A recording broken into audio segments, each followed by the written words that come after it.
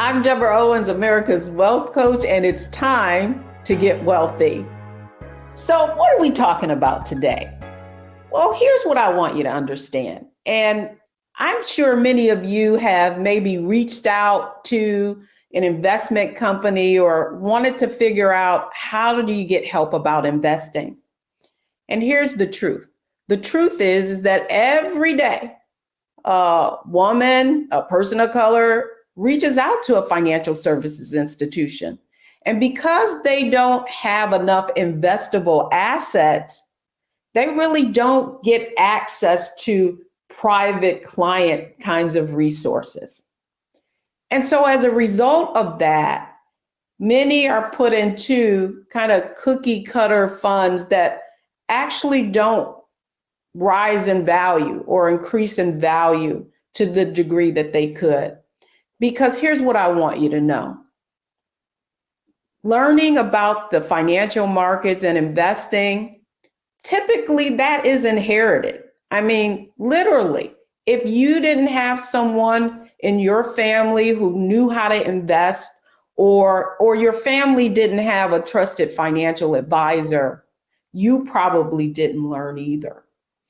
And the reason why this is important, because the truth is that anyone can learn how to invest if given access to the right tools and resources. And that's exactly the conversation that we're going to have today. How one woman was able to really get access to the tools and resources and then apply that knowledge and now pay that knowledge to her family, because now they too will have that inheritance of knowledge. So get ready to get wealthy. It's time to get wealthy. Now I want to talk about the 3 things they really don't want you to know. And here they are. The first is that investing in the stock market is high risk. Well, the truth about investing is that investing in stocks have outperformed any other kind of investment, whether it's investing through bonds or investing through a savings account. The one thing you have to get comfortable with, though, is knowing that your money's going to go up and down. That's what wealthy people know that most people don't. Number 2, it's just way too complicated. Well, you want to know the truth is that if you actually learn about the financial markets and how they work, it's really not as complicated as you think. And then lastly, that you need a lot of money to invest. Well, it is true that if you go to an institution, sometimes they'll make you think that you need a lot of money. But what you're going to learn on Get Wealthy is that you can begin to invest with dollars and cents. You used to have thousands of dollars, but now you can invest through financial apps on the internet, and just know this, that anyone can get wealthy. I'm Deborah Owens, America's wealth coach, and I'm so excited about this next guest because she is like so many people, first generation investors. She's a technology professional. She's had immense career and educational success. And yet, like so many people, she felt like she needed to give her assets to a financial advisor. And yet, once she really gained the knowledge that she needed, she was able to increase the returns on her investments from 5% to 84% in just 1 year. So how did she accomplish that? Well, for so many people, what I want you to understand is that it really begins with these 3 things: mindset, strategy, and execution. And for Diya, who you'll meet in just a moment, her mindset, she needed to make the shift to a wealth mindset. And that really meant understanding that she could invest her own assets. She just needed to learn how. And what I know as someone who has been coaching people for years is that for most of us, learning about or the knowledge of how to build wealth really is inherited. So if you didn't have anyone in your family to show you the tools and the resources that you needed to invest with confidence, you probably never learned about the financial markets. If you didn't know how to really what strategy that you needed to employ in order to make your money grow, you probably are like so many people, and like Diya, who had a 401k and savings, but never really felt like she knew or had the confidence to learn how to actually invest in the stock market. And then finally, you have to know how to execute. And that means it's not enough to learn all of the things about the financial markets. You have to actually apply what you learned. And that's exactly what Diya did. And so I'm excited to welcome her into our Get Wealthy conversation today. Well, welcome to the program. Welcome to Get Wealthy, Diya. Thank you for having me, Deborah. Well, I want to begin by you just kind of sharing a little bit about your financial, story. Like, how did you ever learn how to invest? Did anyone teach you as you were going through your kind of educational career? No, actually, I think that was one of the probably most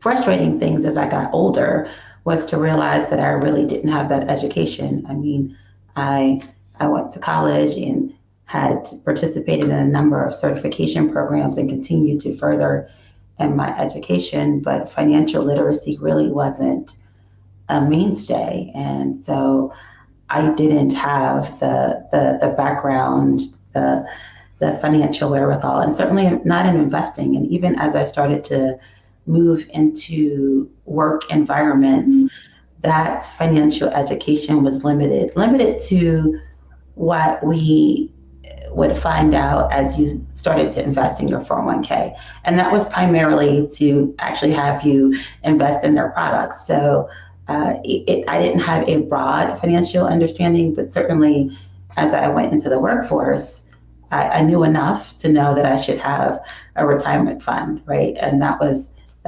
pretty much the basics. One of the things that Deborah, we've talked about. I come from meager beginnings, so my family didn't talk about money because we didn't have it. And my mother used to say that often. We didn't talk about money because we didn't have money, so there was no conversation to be had. So when you talk about that sort of legacy or that happening as part of your family or generations, we didn't have that experience, and so I really felt like I was at a disadvantage. I was really starting, miles behind some others.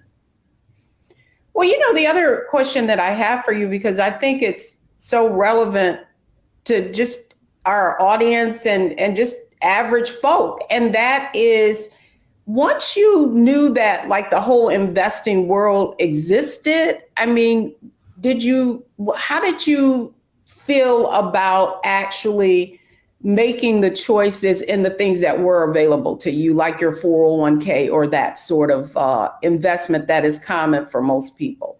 So I would say that, again, my financial education came from initially came from doing and listening to whatever financial institution that was providing us our retirement plans.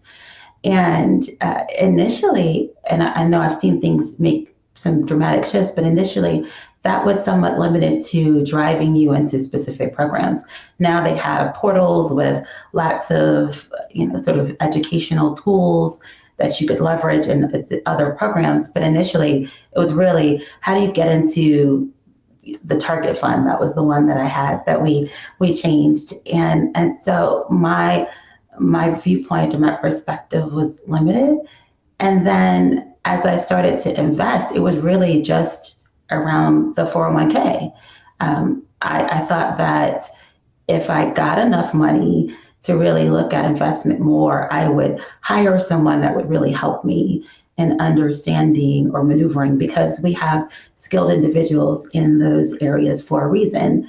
And I didn't, even though I know that I'm intelligent, I felt like that was an area that was for someone else to really help inform me, but not something that I would take on and learn myself and manage myself. So if I got enough money, I would bring someone in and they would pretty much tell me how to do, what to move, where to put things, and that was sufficient. And I think that that was very similar to what the 401k and those target funds were, right? That it kind of directed you in a path, but with limited scope, limited knowledge or information. And I missed opportunities to really maximize my investments and make more. And I think that's really the key point, just in terms of you not having any exposure and then feeling like somebody else has specifically had this knowledge and that you needed to rely on them. Now, since you gaining the knowledge that you needed, what are your thoughts now? Like you've, as I said earlier, increased your returns from 5 to 84% in 1 year. What would you tell our audience about how, that journey and how you feel now that you have accomplished this goal? Right. Can I say don't use target funds? No. That's probably not true. I think that's a good starting point for folks. Certainly it was for me, so that I made sure I was investing. But I think that it's doable. And that's probably one of the things that I didn't recognize, that you and Wealthy You really helped me to understand that this was something that I could learn and I could manage. And, I was also concerned about the time that would require. But I realize now that the time is time well spent, right? Especially when you start to see the returns. And so the biggest thing was, one of the biggest shifts for me was that I was capable of learning and understanding everything that I needed to know in order to be a smart investor, in order to make better decisions that actually allowed me to see benefit. And in that first year, I had the privilege of actually doing, one-on-one coaching with you. And I think it was in our first 2 sessions where you showed me how to evaluate my funds and really look at the target fund that I was investing my money in and was getting limited return. And I know that's also a function of the market, but there was more, and there were other other funds that I could look at and consider it, and diversifying in a way so that I could actually see more in terms of my investment. And that was something we did in a couple of 45-hour long sessions. It wasn't long before I had the tools to be able to start to understand and look at these things a lot more objectively and make better decisions that I owned, right? And I think that that was part of it as well. Not that I just relied on someone else, but that these were decisions that I was making for my financial wellness, my financial well-being, my financial future, and that of my future generations as far as my family is concerned. And that was huge. That was huge, and it made a difference. And then we went from just looking at the retirement funds, because that's where all my money was at the time, to then having conversations about stock. And there's a little hesitance, I think, because what you don't know, you tend to fear or reject. And you made that understanding simple, right? And I think that was huge in terms of making the mindset shift that I needed. There's something that you say often, and that's you can't save your way to wealth. And my grandmother was one who saved money under her mattress or in the closet in a little box, and that was the extent. We knew that there was some value or need to save a little bit, but that didn't do it. That didn't get my grandmother out of the projects, right?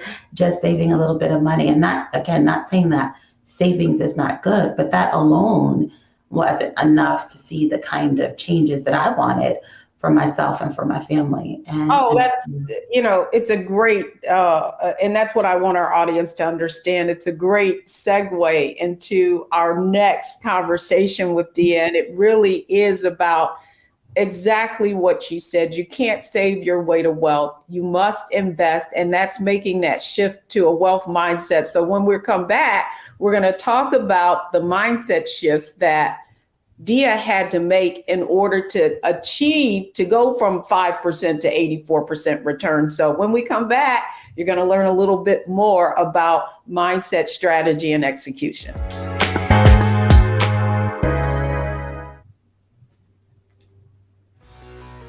Let's be honest, as successful women, we're crushing it.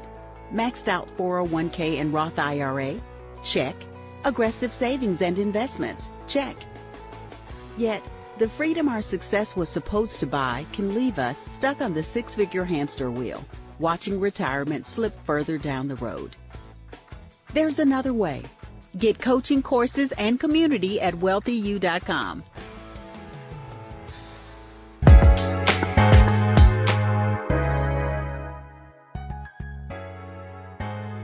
So welcome back to Get Wealthy. I'm really excited about this conversation, and I hope you are too. Diya Nguyen is just sharing with you, all of our audience, her own journey to wealth. And right now, what I want to do, Diya, is just talk about, the kind of mindset shift or beliefs that you had. And I think you referenced that by saying that you saw your grandmother saving, and now once you had your own kind of transformation, you now realize that you can't just save your way to wealth. And so to that end, like, what kind of changes in your belief system did you have to make in order to have the courage, to invest? And I think one of the points you made was that once you started investing in stock, that fear of loss. So just internally, what kind of beliefs did you have to change in order to really allow yourself to take on more risk? I think the first was that I had the capacity to learn this and understand what was necessary. I think that was a big mindset shift, right? Because again, I mentioned that I thought others had the expertise and they could help guide, but not necessarily that was something I would do myself. And then I think the other was, willing to take the risk. I remember when we were first starting and I had selected in my target fund what was supposed to be aggressive, right? And you looked at that and you said, this isn't aggressive at all. And so the notion of taking on additional risk or being aggressive in terms of my choices and even in investing in stock was a big shift for me. And we make choices every day that are considered or could be considered risky, but was I willing to take that same kind of risk for a different financial picture than what I had? And I think that was the other big one. And now, it's not just stock. My next step was real estate. And then I'm looking at what else can we do and what other things can we move into, what other vehicles are available so that it just doesn't have to be this one thing. And again, you've often talked about diversifying. And so I'm often looking at what else can I invest in that will be ways in which we can build wealth and that I could lay the right foundation for building wealth for my children. And so the biggest thing was, again, that shift in willing to take the risk from a mindset perspective. And I think, perhaps it was, a little inner tenacity, not wanting to sort of live into the same experiences that my mother, my grandmother did, and wanting something so much more. Well, and I love how you characterize that. It's almost as if the more you did, the more confident you became, and the more curious you became over other opportunities, right? So when we come back, I want to continue this conversation with Diya around mindset, because what she just described was really making that shift to a wealth mindset. And what you need to understand about investing or taking the kind of steps that Diya has taken is that the only reason you haven't taken them yourselves typically is because this knowledge is inherited. And so when we come back, I want to delve in a little bit more into mindset and beliefs that Diya had to shift to in order to now start making the kinds of investments that she's doing outside of just her 401k.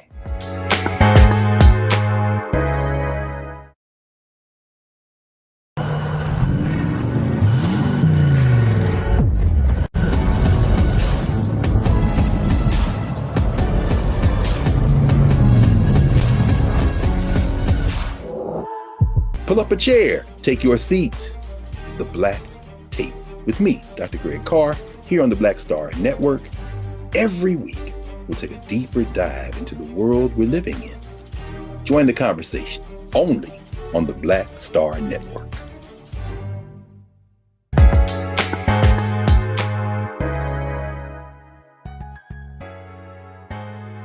Okay, so now, isn't this a fascinating conversation? And I hope you're really thinking about your own mindsets and perhaps some of the beliefs that you need to change if you're going to experience the kind of financial success that you desire.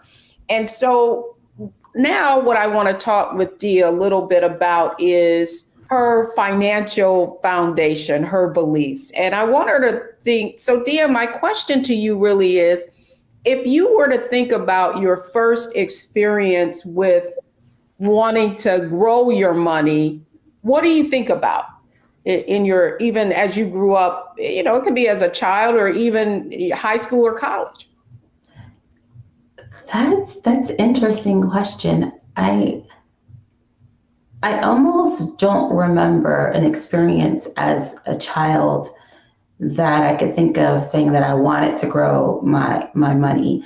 I knew that we didn't have much, and so we wanted money, and we thought the way to do that, or the way to build that, was to go to school, get an education, and get a good job, right? And savings had to be a part of that, and you wanted to do something as far as retirement, but outside of that, grow your money, I don't know was a consideration. You worked. Right.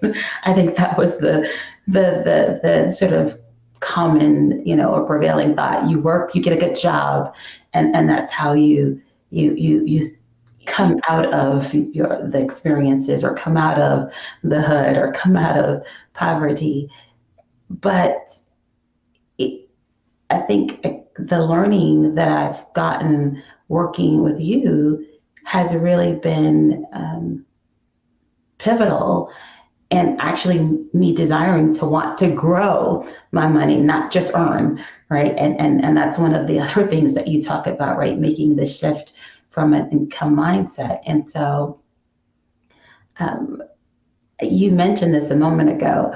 There was one thing, and I got a little bit more comfortable with investing, and then I wanted to do it more. And so I'm looking and actively seeking out ways that we actually can grow our income as a family, and the things that we can do to build that same sort of knowledge, understanding with our children. And so that has happened more latter. It wasn't early on. My early experiences wasn't about growing money at all. It's about having it, and you get it from having a job, right? You get a good career.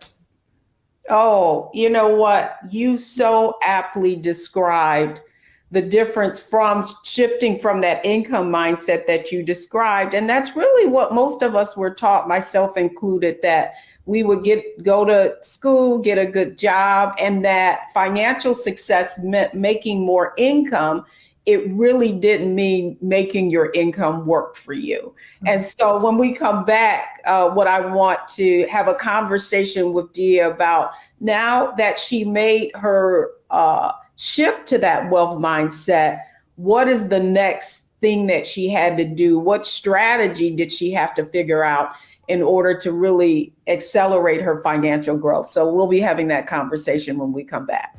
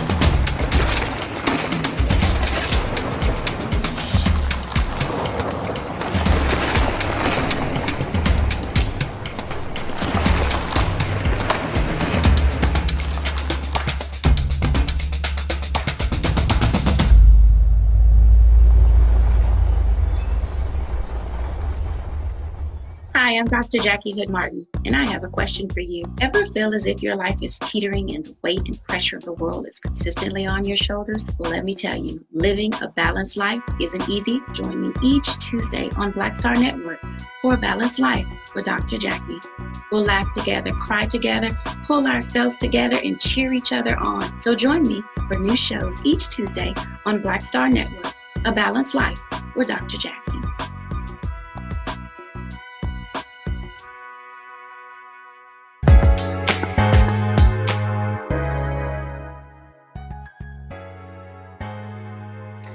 So welcome back. So we've talked about mindset, and Diya's done a great job of really describing her journey, if you will, and giving you an insight to what her beliefs about money were and how she made that shift from wanting to earn an income to now finally making her money grow.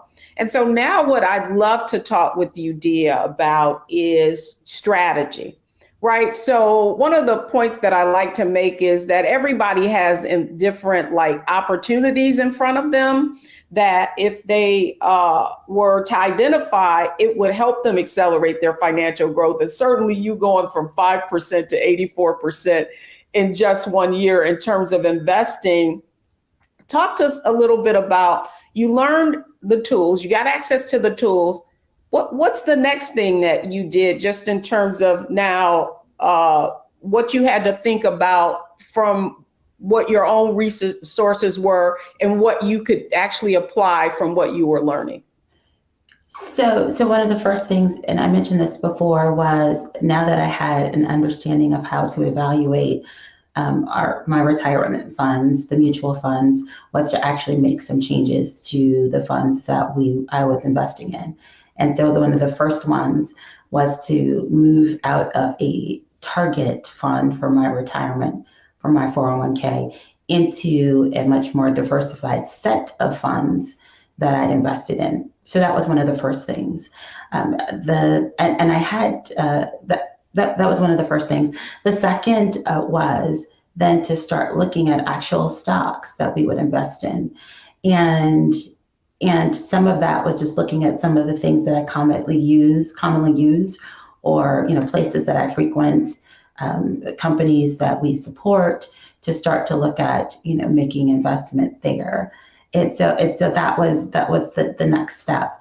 Now, in terms of strategy, one of the other things that you helped me to do was to maximize the investments in my retirement fund.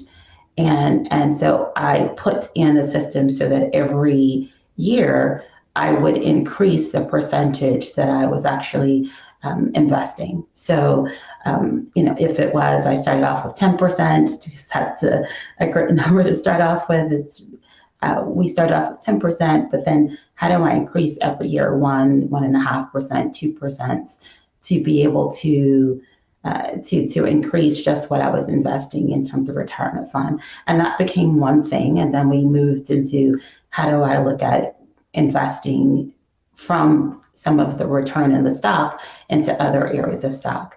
And then the next thing was to begin looking at real estate, right? And understanding what could I invest in. I didn't immediately move into my own properties, but investing in some other funds that would allow me to invest in real estate that was being built, and now looking at property that could be potential for myself. But that has been a little bit of the plan and the journey there, just in terms of increasing the investment and taking the returns. Now, one thing that I didn't mention along there was for me to look at where else was I spending money, and were those lucrative places to spend money. So if there was an opportunity for me to change my insurance, for instance, insurance plans to another vendor or provider, would that give me some additional resources that I could then invest somewhere else, right? I wanted to maximize the resources that I had to be able to build, as opposed to just spending. And that was part of the work that you have us do, right? Is looking across our bills and looking at our spending habits and finding other resources. And that was one of the other things that was great about the community, because everyone's in the community sharing those sorts of things. Oh, I looked at this. Oh, I just saw a plan that would provide, a discount in this area. We were all looking at how do we move from, one insurance carrier to another, because people were finding discounts, right? And being able to lower their monthly spend. So there was actually, some money that we could use, because not everybody goes and gets a, 10%, 20% increase in terms of their income. So we had to be smart and find other ways that we could actually invest in the plans that we wanted to continue to build wealth. Love it, love it, love it. I mean, and that's how you get wealthy, right? It's not how much money you make, it's what you do with it that counts. And you know what, Diya, you've given a lot of different strategies, and I hope our audience is taking notes about some of the things that you have done in order to not only invest and get a higher return, but also invest more. So those were some great points. So when we come back, I want to talk about, like, you're in a community, you're hearing all these strategies, you're learning how to invest, but how do you actually execute on what you're learning? So when we come back, we're going to have a conversation with Diya about how she actually executed on all of those strategies that she just described to you now.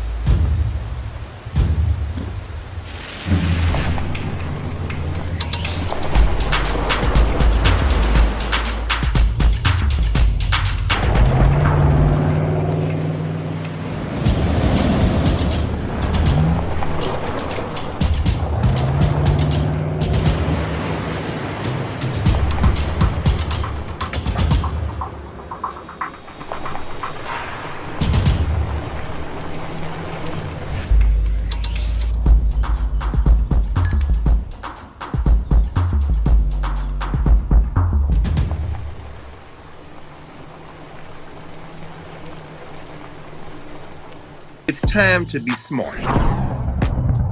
Roland Martin's doing this every day. Oh, no punches! Thank you, Roland Martin, for always giving voice to the issues. Look for Roland Martin in the whirlwind, to quote Marcus Garvey again. The video looks phenomenal, so I'm really excited to see it on my big screen. Support this man, Black Media. He makes sure that our stories are told. See, this difference between Black Star Network and Black-owned media and something like CNN. I got to defer to the brilliance of Dr. Carr and to the brilliance of the Black Star Network. I am rolling with rolling all the way. Honored to be on a show that you own. A black man owns the show. Folks, Black Star Network is here. I'm real revolutionary right now. Like, wow, rolling was amazing on there. Stay black. I love y'all. I can't commend you enough about this platform that you've created for us to be able to share who we are, what we're doing in the world, and the impact that we're having. Let's be smart. Bring your eyeballs home. You can't be Black-owned media and be scared.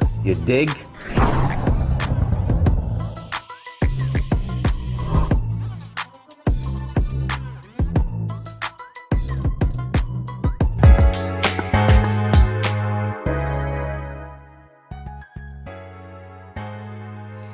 Okay, so Diya, excellent. I love how you describe making the shift from an income to a wealth mindset, specifically just around, I never even thought about, growing my money. I was just thinking about how to make more income. And so that's really, really important. I want our audience to understand how significant that is.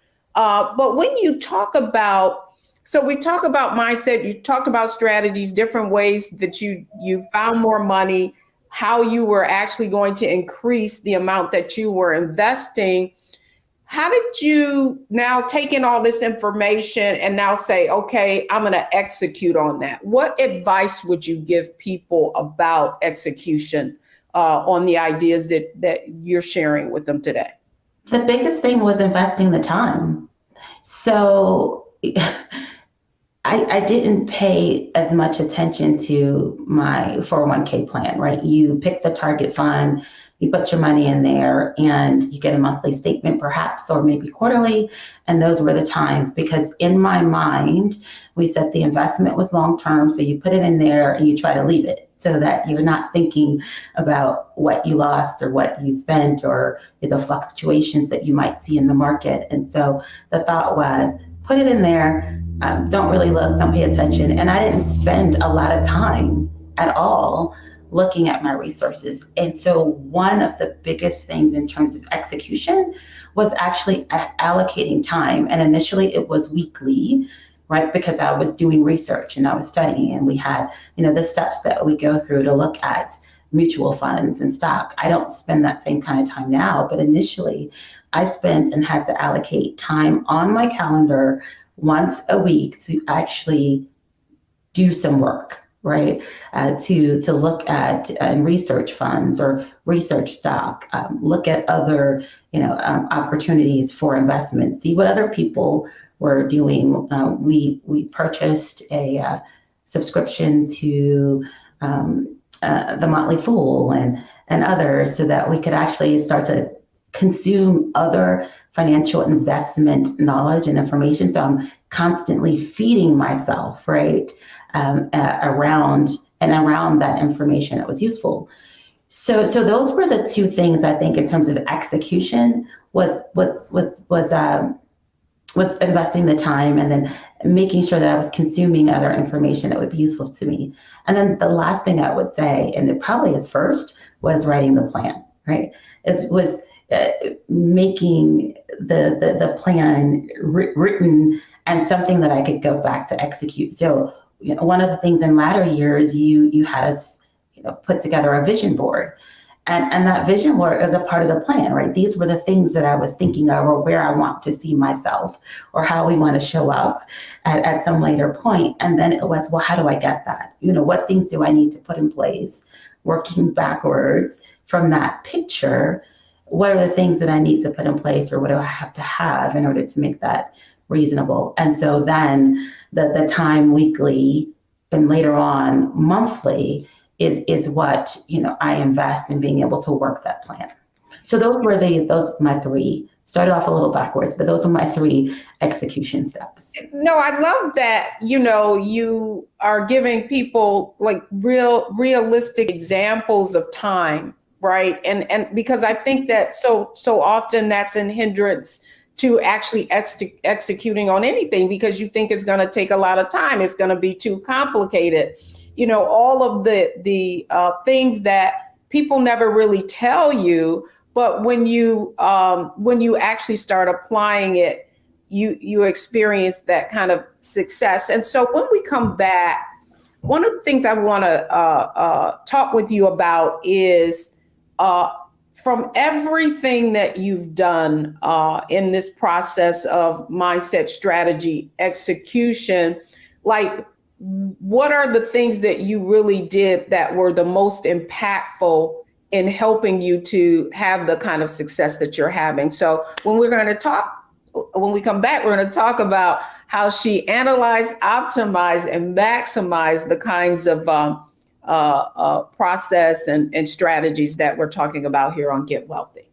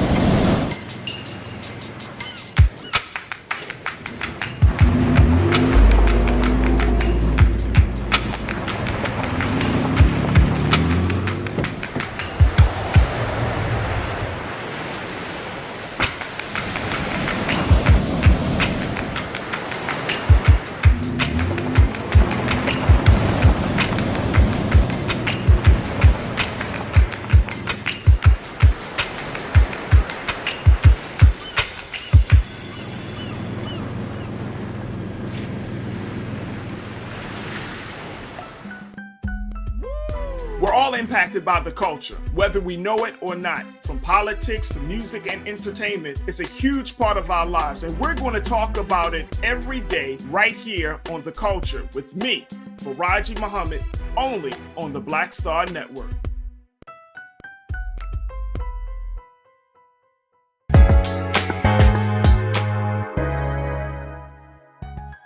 Okay, so man, we've covered a lot of different concepts with Diya, all about getting wealthy. And if you'll think about, I hope you're taking notes and you're thinking about specific strategies that she used in order to accelerate her growth. But now what I want to talk with Diya about is not only the process of the concept of mindset, strategy, and execution, but how you do things in real time. And so I want to start with what I think is the most important aspect of it all that you've talked about today. And it was, here you had access to all of these options through your employer, right? And you talked about target date funds. So I want to explain that. Just target date funds are where you pick a date that you're going to retire, and then the investment company sort of puts a group of funds together for you. Now, when we started out with you kind of looking at your returns, I mentioned it was 5% initially. Did you know that you were earning 5%? And then what did you actually do to figure out, oh, I'm not earning as much as I could? Well, so did I know? I think at times I knew because we get a statement. But again, my mentality was you put your money in there and you leave it, right? Because it's for retirement and it'll grow a little something along the way. And so there were fluctuations. I think I might have gotten up to 11% at some point, right? But there were fluctuations in what I was getting in terms of return. But so yes, I had some general knowledge of that, and I could go into the portal and look at any statements at any point of time and see or have visibility into what was happening with the fund. But my mindset was this was a long-term investment, and so you leave it there. And I didn't really move it. And I know some people do, they go in and move their stuff around, but the intent, as you mentioned, of the fund was that it's preparing me for retirement later on. So I just put the money there and kind of let it alone. And so I didn't really pay much attention to the fact that it was kind of low. And with the information you provided, when we started to look at the plan and approach for evaluating the funds, I actually went back to the same portal for that financial institution, and I looked at the other funds that they had as well. And there were some that were not target funds that were getting better returns in the last year or 5 years. But then you had me look at that in comparison to information on Morningstar and Yahoo Finance and one or two other sites as well. We were going to be able to piece together, the different parts of the story so that I could evaluate the funds really well. And so I went through those as well as thinking about the diversification. So did I have a small cap fund or a large cap and mid cap? And, do we consider international funds or not? And any other social funds, right? And so we looked at those categories, and you gave us a mix with which I could then find a few funds that would have the kind of returns or better returns than I was getting from the target fund. And ones that I understood what also they were investing in to make a good decision about what was now going to be my portfolio mix for retirement. And then and then I made the change, right? And that was one of it was probably the aha moment, right? Because I made the shift in terms of where my money was allocated. Both what was already invested and future investments, made that shift. And then I watched within the first quarter, I saw a huge shift in terms of my return. Now, again, I know that has some to do with what was happening in the market at the time, but some of that shift was really about putting my money in places that were doing better. And I didn't do that before because I just used what was recommended to me as opposed to evaluating the performance of the fund and understanding what it invests in and what that means so that I can make better and more informed decisions. Well, I think what's really interesting too, and what I want our viewers to understand is sometimes we think that it's going to take a long time to make changes. And certainly I appreciate what Diya had said, certainly the markets have been up. And so that's one of the reasons that she had, a pretty good return quickly. But I think the most important thing that you said was that it was right there. Right? But you didn't understand what was in front of you. That's it was there. Yeah, it really was. Yeah, so you were kind of like standing, 2 feet away from gold, but because you didn't understand what it meant, you didn't really know what to do. So the next aspect that I really want to talk to you about, Diya, is so you analyzed it, you moved the money, you started seeing returns, better returns. And then how did you maximize that now? So now you're like, oh man, I did this.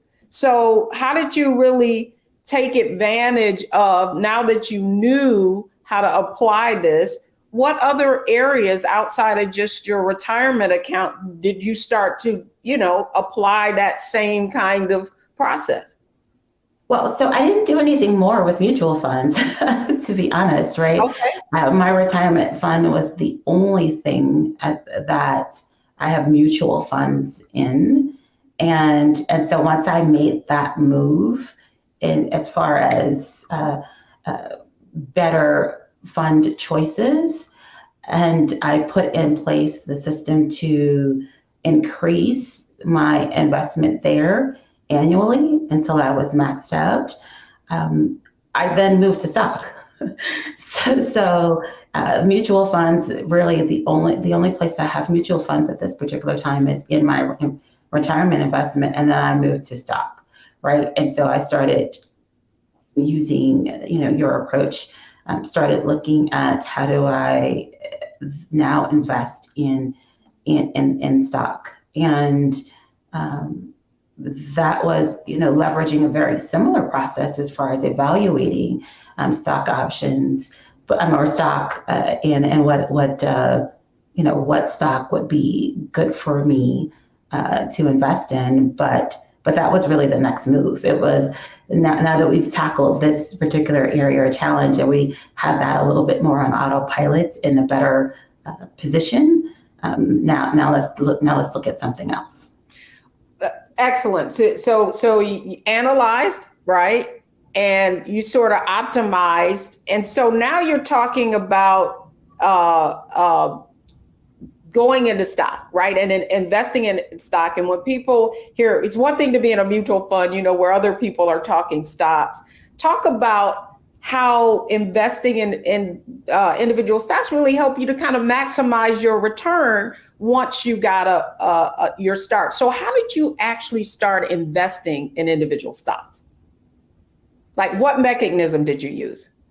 So fortunately, I had 401k in 2 places, and that meant that I had 2 financial institutions with which I could go to that were already providing services for myself, and then I could open up another account specifically for to invest. And then I also used, so I had opened up a share builder account some years ago for my sons, just as a small way to invest, and it got moved around. It was finally E-Trade, and so that was an easier site, I felt, to start off with investing. So I had a couple of others, financial institutions that we had, and I could use those, but I actually ended up starting using E-Trade as my first platform to be able to purchase stock. And I took a little bit of money. It wasn't a lot. I think I had $500 and started off there. But I had a list of stocks that I was considering as a result of looking and working through the process that I thought were going to be lucrative. And I put those in my watch list. Some of them I was not able to purchase initially at all. I didn't have enough to be able to start off, but I kept looking at those. I kept watching those. And then I go back and look at others, occasionally. And one was Shopify, right? And it was really low at the time. And I waited a little long because I was just trying to watch and see, but still got in early enough to be able to see, some big increases. And that was one of the stock that actually was a huge contributor to the success that we talked about in the 2018, 2019 timeframe. Wow. Well, you know what, to that end, I mean, you've given our audience so many nuggets just around how to analyze, optimize, and maximize. And so finally, what I want to ask you, Diya, is out of everything that you've learned on this journey, like, what have been your, 2 most impactful strategies that you feel could provide our audience with some more insight and encourage them to take action themselves? 2 most impactful?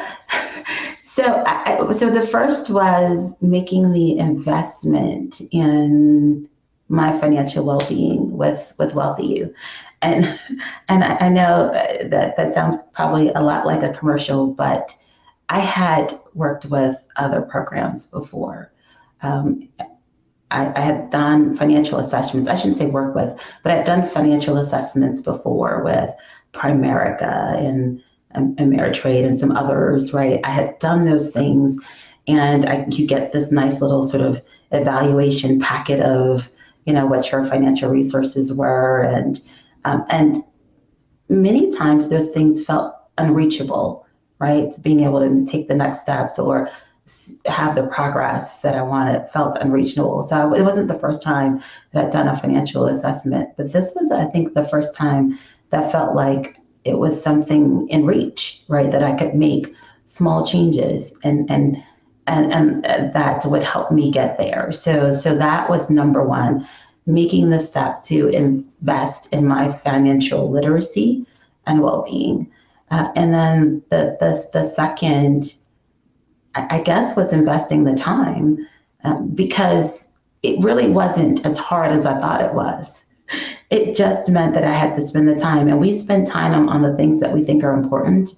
And some of us, spend hours, vegging on Netflix and binging on Netflix and other things like that. And I mean, if we take one of those hours away from watching Netflix or whatever other TV station it is, streaming, YouTube, Facebook, whatever, we take an hour away from that, we have enough time to invest in making some better, some wiser choices that will actually pay dividends in the end. And we started out this conversation talking about shifting to a wealth mindset, and it really being around not getting exposed to investing and being a first generation investor. And you certainly talked about your own family and not having that access. And so my final question to you is, what do you think having this knowledge now will do for your own family and your own children? Oh, it's huge. I mean, we've started.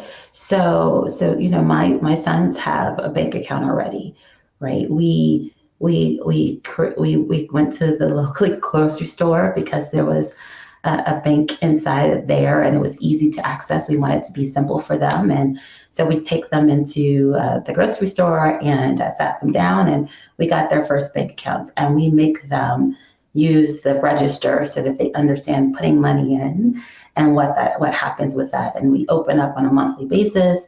These are custodial accounts, so they don't have debit cards and all that, but we open up the monthly statement and we look at how much did they increase in interest versus what they put in. Minimal, small, but they see something. And when they get money for their birthday or for holidays, there's a question we ask, and it's, what do you want to do with your money? Do you want to put some into your account or what? And so we give them that option. We've bought books and a game that we use somewhat similar to Monopoly, but actually talks about investing and their monthly income versus expenses, and helping them to understand what are liabilities and that those are terms that I did not know at all at 8, right? But that's a conversation that we now have in our home, so that we talk about we talk about and help them to learn and understand, financial considerations that they would have to make. We talk about what it requires to buy a car and interest and all that stuff. I didn't know any of those things. We had none of those conversations. And when my son thinks that, I can just use a credit card and go buy whatever it wants, we have a discussion about what that credit card means and where does the money actually come from. And so the experience that I had and the confidence I have and now changed it. And what did we do? Every one of my nieces and my nephews and my kids, they got stock for the holiday. We didn't buy anything elaborate or whatever, but we went to stockpile and we bought them, a share of something along with a toy, so that they would. So if they like Barbie dolls, they got Hasbro, right? If they're playing video games, they got Nintendo. We did those things so that we could start teaching them, and that was huge in terms of the investment. No, we don't have millions of dollars that we could put into funds and just give them yet. but I think we're paying a lot forward in terms of giving them the knowledge and education that they didn't have. And so all of my nieces, they have at least one of something that they play with or interested in, just to start getting them understanding what it means. And I think that that's going to be invaluable starting at 6 and 8 versus starting in your 40s, right? To understand this. Love it, Diya. Well, you just put a button on it, because truly the knowledge of how to build wealth is the most valuable asset of all. So thank you for coming on Get Wealthy. Thank you for having me. And thank you for the work that you do, Deborah. Thank you for being here. Coming up, the 3 things you need to know to get wealthy from today's show. I'm Deborah Owens, America's Wealth Coach, and my new show, Get Wealthy, focuses on the things that your financial advisor and bank isn't telling you, but you absolutely need to know. So watch Get Wealthy on the Black Star Network.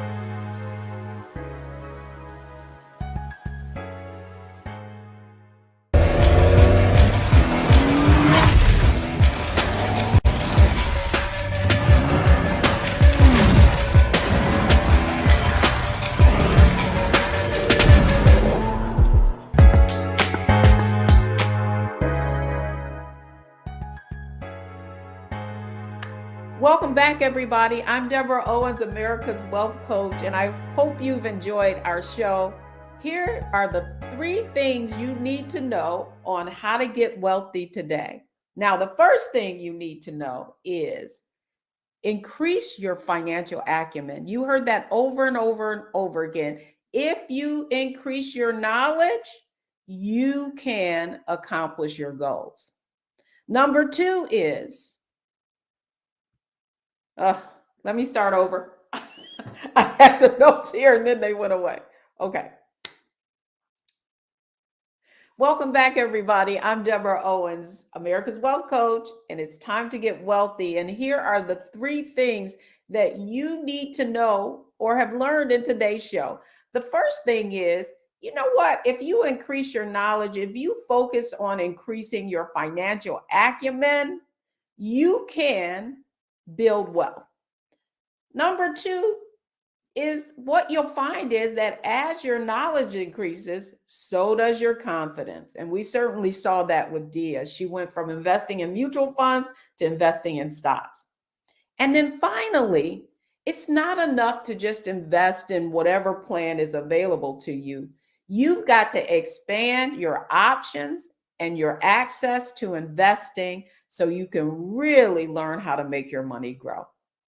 I'm Deborah Owens, America's Wealth Coach, and this is what you need to know to get wealthy. I hope you enjoy the show today and that you apply everything that you've learned to get wealthy.